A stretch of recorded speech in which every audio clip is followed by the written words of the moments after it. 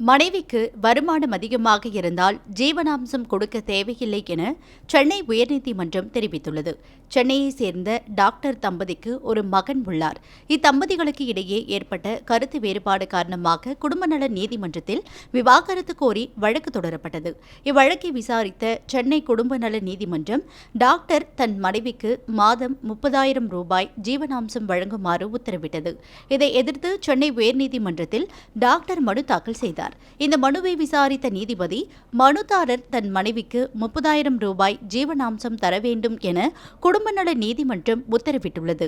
மனுதாரரின் மகன் நீட் தேர்வுக்காக படித்துக் கொண்டிருக்கிறார்.